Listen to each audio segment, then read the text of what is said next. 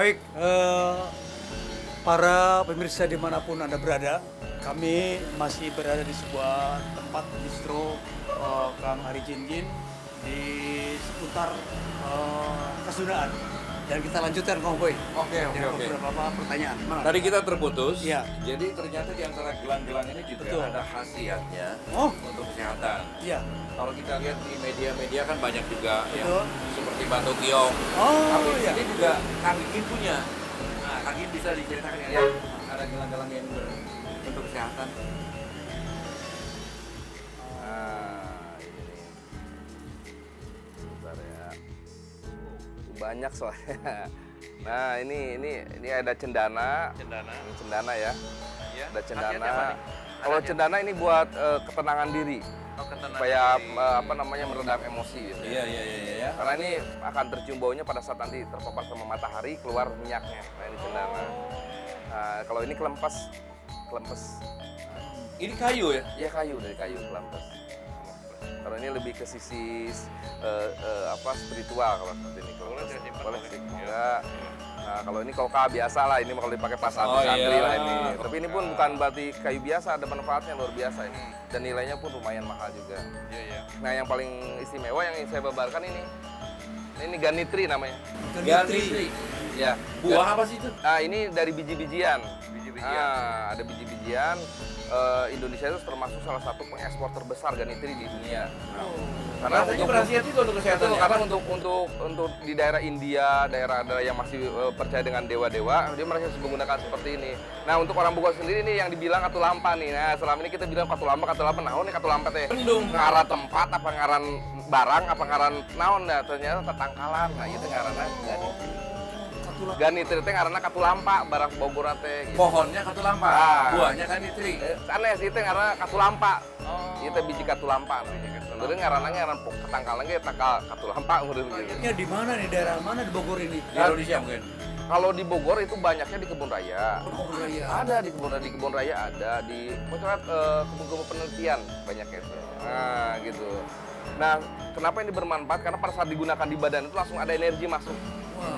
Dan ini bukan kajian mistik atau spiritual, bukan. Ini sudah diilmiahkan katanya. Maksudnya sudah diteliti para ahli, ternyata emang mengandung kekuatan gitu kan.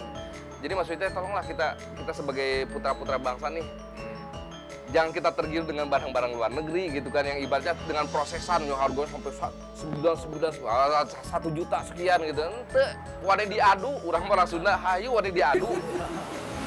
Ya, wani diadu jeung kasana barangan aksesoris buatan di Jepang, di Amerika atau di mana bae gitu. Iya. Urang teh beunghar. Kan urang mah kadang-kadang sok bobodo teh njo, teh casingna alus gitu nya. Penempatannya bagus, marketingnya bagus, akhirnya eta nu mahal Belum terungkap. padahal manfaatnya can tentu ieu gede gitu. Kita sih gara-gara ayat cul dodok tinggal ikan. Gitu, Kang Pak. Ari, ya betul. Ya. Selain dari ini, saya melihat ada beberapa kaos ataupun pakaian yang kelihatannya lebih sangat Kasundaan sekali nih. Ya. Bisa ceritakan Kak Ari? Boleh kabarin lihat ini ada beberapa seputar ini. Ya, Mangga Kak Ari.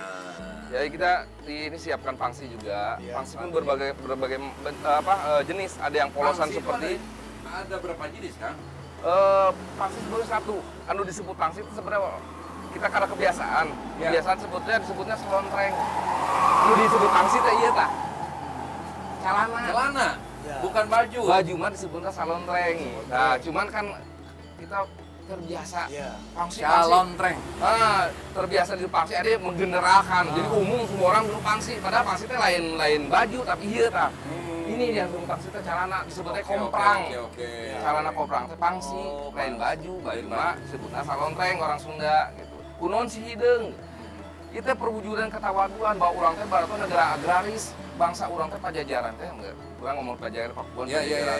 Urang teh mau teh karena kasohorna ka luar negeri teh, ka mancanegara teh kusaha dunia pertanian. Urang teh penghasil pertanian, perkebunan, rempah-rempah terbesar di dunia dan juga pengekspor kuda terbesar tuh. Kuda. Tuh pan maka arti makana.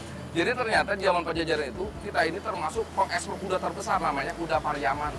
Lain di Sumatera lah. Nah, itu yang tidak tercatat dalam sejarah mungkin ya, banyak orang tidak paham. Kemudian di samping ada sertifikat ini bisa Ya, digunakan. nah ini sertifikat dari pembina Golok Pembina Pelestari Golok Pedang Sepuh ya, Komjen Polisi Iriawan. Jadi beliau alhamdulillah berkenan menjadi pembina kita. Dari nah ini sertifikat saya waktu jadi pemapar materi, materi beberapa tempat. Jadi kita akan bahas pemirsa khusus episode Pelestari Golok Pedang Sepuh dan Ya. benda-bendanya ada ya? Ada. Yang paling tua ada yang berapa?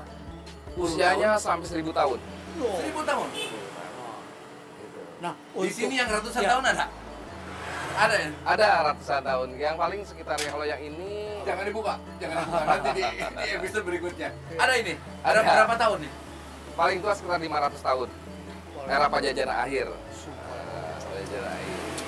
Karena Pajajaran itu tidak terus berdiri, dia mengalami kemunduran, akhirnya menghilang. Oke. Adoy, Ya. jadi kita janji ke pemirsa, Betul. insya Allah nanti ada episode khusus, khusus kita membahas pelestari golok pedang sepuh. Dan Kang Ari juga kabarnya tidak akan sendiri yang diwawancara ya, ada pengurusnya ya. Oke.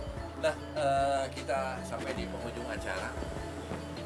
Kang Ari sebagai pemilik distro, harapan Kang Ari ke depan untuk Kasundaan Bogor atau Jawa Barat ya pada umumnya ingin apa yang disampaikan?